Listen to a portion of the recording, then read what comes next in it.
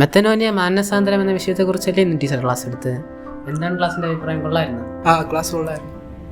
എനിക്ക് ആ ക്ലാസ്സിനെ കുറിച്ച് കുറച്ച് സംശയങ്ങളുണ്ട്. നമ്മുടെ ടീച്ചർ വരുന്നത്, നമുക്ക് ടീച്ചറിനോട് ചോദിക്കാം. മക്കളെന്ത് ടീച്ചർ, ആ സമരിയാകാരി സ്ത്രീയുടെ മാനസാന്തരത്തെക്കുറിച്ചൊന്ന് പറഞ്ഞു തരാമോ? ഞാൻ പറഞ്ഞുതരാമല്ലോ. അതിനിപ്പോൾ എന്താ? ഈ ഭാഗം ബൈബിളിൽ പറയുന്നത് യോഹന്നാൻ്റെ സുവിശേഷത്തിലാണ്, 4-ാം അധ്യായം 1 മുതൽ 42 വരെയുള്ള തിരുവചന ഭാഗത്ത്. അതിൽ യേശു യൂദായിൽ നിന്ന് ഗലീലിലോട്ട് പോകുന്നൊരു ഭാഗമാണ്. അവിടെ സമരയിലൂടെയാണ് യേശു കടന്നു പോകുന്നത്. സമരയിൽ സിക്കാർ പട്ടണത്തിനടുത്ത് യാക്കോബിൻ്റെ കിണറിനടുത്ത് എത്തുമ്പോഴത്തേനും യേശു ശിഷ്യന്മാരോട് പറയും, നിങ്ങൾ അടുത്ത പട്ടണത്തിൽ പോയിട്ട് ആഹാരമൊക്കെ മേടിച്ചിട്ട് വന്ന് പറയും. യേശു ആ കിണറിൻ്റെ സമീപത്ത് തന്നെ ഇരിക്കും. അപ്പോഴത്തേനും നട്ടുച്ച നേരമാണ്. ആ സമയത്ത് സമരയിലെ ഒരു സ്ത്രീ വെള്ളം കോരാനായിട്ട് കിണറിൻ്റെ ഭാഗത്ത് വരും. സാധാരണ നമ്മുടെ നാടുകളിൽ വെള്ളം കോരാനായിട്ട് ഒന്ന് ദൂരെയാണ് കിണറെങ്കിൽ രാവിലെയോ വൈകുന്നേരമോ മാത്രമേ സ്ത്രീകൾ വെള്ളം കോരാൻ പോകാറുള്ളൂ. അതും ഒറ്റയ്ക്ക് പോകാറില്ല, 2-3 പേര് ചേർന്ന് ഒരുമിച്ചാണ് പോകാറ്. പക്ഷേ ഇവിടെ ഈ സ്ത്രീ ഈ നട്ടുച്ച നേരത്ത് ഒറ്റയ്ക്കാണ് വെള്ളം കോരാനായിട്ട് വരുന്നത്. അപ്പം തന്നെ അവിടെ എന്തെങ്കിലും പ്രശ്നങ്ങൾ ഉണ്ടാകണം എന്ന് നമുക്ക് ചിന്തിക്കാവുന്നേ ഉള്ളൂ. അടുത്തെത്തുമ്പോഴത്തേനും ഈശോ സ്ത്രീയോട് ചോദിക്കുന്നുണ്ട്, എനിക്ക് കുടിക്കാനായിട്ട് വെള്ളം തരാമോ എന്ന്. അപ്പോൾ സമരക്കാരി സ്ത്രീ പറയുന്നുണ്ട്, നീ യഹൂദനാണ്, ഞാനൊരു സമരക്കാരിയാണ്, നമ്മൾ തമ്മിൽ ബന്ധമൊന്നുമില്ല, അങ്ങനെ എനിക്ക് വെള്ളം തരാനൊന്നും പറ്റത്തില്ല എന്നുള്ളൊരു കാഴ്ചപ്പാടിലാണ് ആ സ്ത്രീ അവിടെ പറയുന്നത്.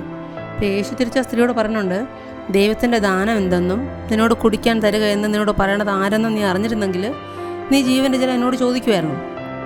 അപ്പോൾ സ്ത്രീ തിരിച്ചു പറയുന്നുണ്ട്, വെള്ളം കോരാനായിട്ട് നിൻ്റെ കയ്യിൽ പാത്രങ്ങളൊന്നുമില്ല, പിന്നെ ഈ കിണർ ഞങ്ങൾക്ക് തന്നത് യാക്കോബാണ്, യാക്കോബിനേക്കാളും വലിയവനാണോ നീ ഞങ്ങൾക്ക് വെള്ളം തരാനായിട്ട്? അപ്പോൾ അത് പറ്റത്തില്ല എന്ന് പറയും.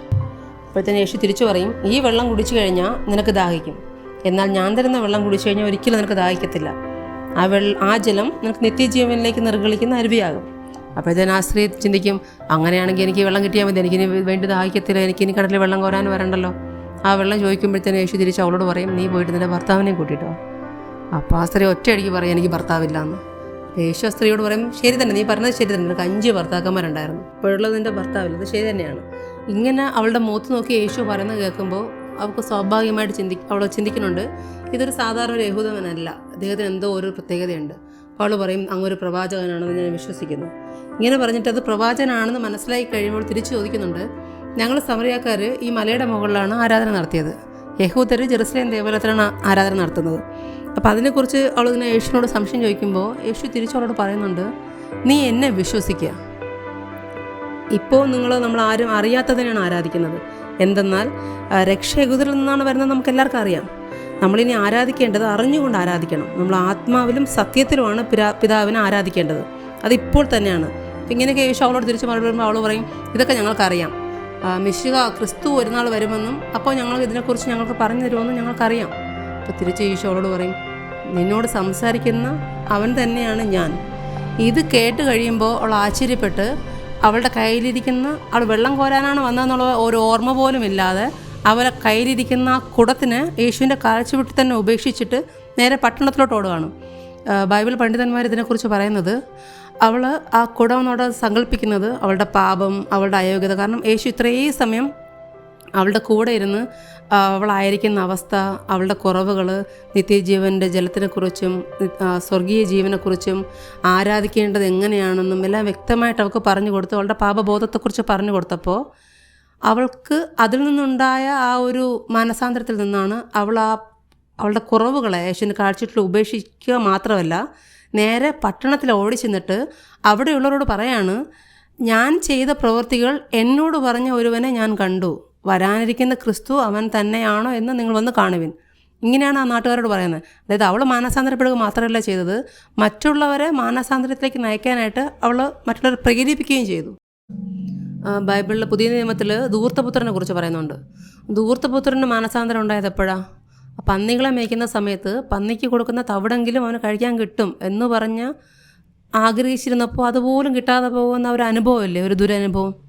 ആ സമയത്താണ് അവന് മാനസാന്തരം ഉണ്ടാകുന്നത്. അതുപോലെ തന്നെ നമ്മുടെ സക്കേവുസിനെ പറയുന്നുണ്ട്.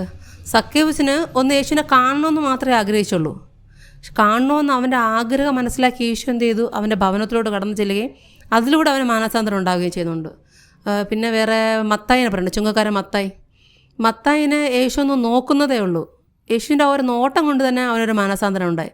അപ്പോൾ ഇതുപോലെ നമ്മൾ ചിന്തിക്കണം, എപ്പോഴും ദൈവം എപ്പോഴും എല്ലാ സമയത്തും ദൈവം നമ്മളെ കാത്തിരിക്കുന്നുണ്ട്. ആ ദൈവത്തെ നമ്മൾ ഒരു അനുഭവത്തിലൂടെയോ അല്ലെങ്കിൽ ഒരു വിളിയിലൂടെയോ അല്ലെങ്കിൽ കാണാനോ അങ്ങനെയൊക്കെ നമ്മൾ ആഗ്രഹിച്ചാൽ മാത്രമേ നമുക്ക് യഥാർത്ഥമായിട്ടൊരു മാനസാന്തരം ഉണ്ടാകത്തുള്ളൂ. ഇവരെ പോലെ നമ്മളും ചെറുതും വലുതുമായ ഒത്തിരി പാപത്തിൻ്റെ ബന്ധനത്തിലാണ്. ഇപ്പോൾ നമ്മുടെ മാതാപിതാക്കളോ നമ്മുടെ അധ്യാപകരോ മുതിർന്നവരോ ഒക്കെ നമ്മളോട് പറയത്തില്ലേ, മോനെ നീ അങ്ങനെ ചെയ്യല്ലേ, ഇത് തെറ്റായ വഴിയാണ്, നേരെ വാ എന്നൊക്കെ പറയുമ്പോൾ നമ്മളെന്ത് ചെയ്യും? ആദ്യം ചിലപ്പോൾ കേൾക്കുമായിരിക്കും, മൈൻഡ് വയ്ക്കത്തില്ല, അനുസരിക്കത്തില്ല. നമുക്ക് നമ്മുടെ ഫ്രണ്ട്സ് മതി, കൂട്ടുകാരും മതി, ഈ ഒരു സന്തോഷമൊക്കെ മതി. പക്ഷേ എനിക്കൊരു നിത്യജീവനുണ്ട്, എനിക്ക് എന്നെ കാത്തിരിക്കുന്ന ഒരു സ്വർഗീയ പിതാവ് എനിക്കുണ്ട് എന്നുള്ളൊരു ബോധ്യം പലപ്പോഴും നമുക്ക് വരാറില്ല. ഞാൻ ദൈവത്തിൻ്റെ മകളാണ്, മകനാണ് എന്നുള്ളൊരു ബോധ്യം എനിക്കുണ്ടാകണം. ഇന്ന് നമ്മളൊരു തീരുമാനം എടുക്കണം, ഞാൻ പിന്നെ നന്നായിക്കോളാം എന്ന് പറഞ്ഞിട്ട് നാളത്തെ ദിവസം എന്തായിരിക്കും എനിക്ക് സംഭവിക്കുന്നത് എനിക്കറിയത്തില്ല. അതുകൊണ്ട് മക്കളെ, ഇന്ന് നമുക്ക് തീരുമാനം എടുക്കാം. നമുക്ക് നമ്മുടെ കൂടെയുള്ള എല്ലാ കൂട്ടുകാർക്കും ഈ ലോകം മുഴുവന് വേണ്ടി നമുക്ക് ഈശോയോട് പ്രാർത്ഥിക്കാം. കരുണയോടെ ഞങ്ങളെ നോക്കുന്ന ദൈവമേ, നന്മയും തിന്മയും തിരിച്ചറിഞ്ഞ് വിശുദ്ധിയിൽ വളരുവാൻ വേണ്ട പരിശുദ്ധാത്മാവിൻ്റെ ജ്ഞാനം കൊണ്ട് ഞങ്ങളെ നിറയ്ക്കണമേ. അങ്ങ് ഞങ്ങളിൽ ആഗ്രഹിക്കുന്ന ഒരു മാറ്റം, ഒരു മാനസാന്തരം ഞങ്ങൾക്ക് നൽകണമേ. ആമേൻ.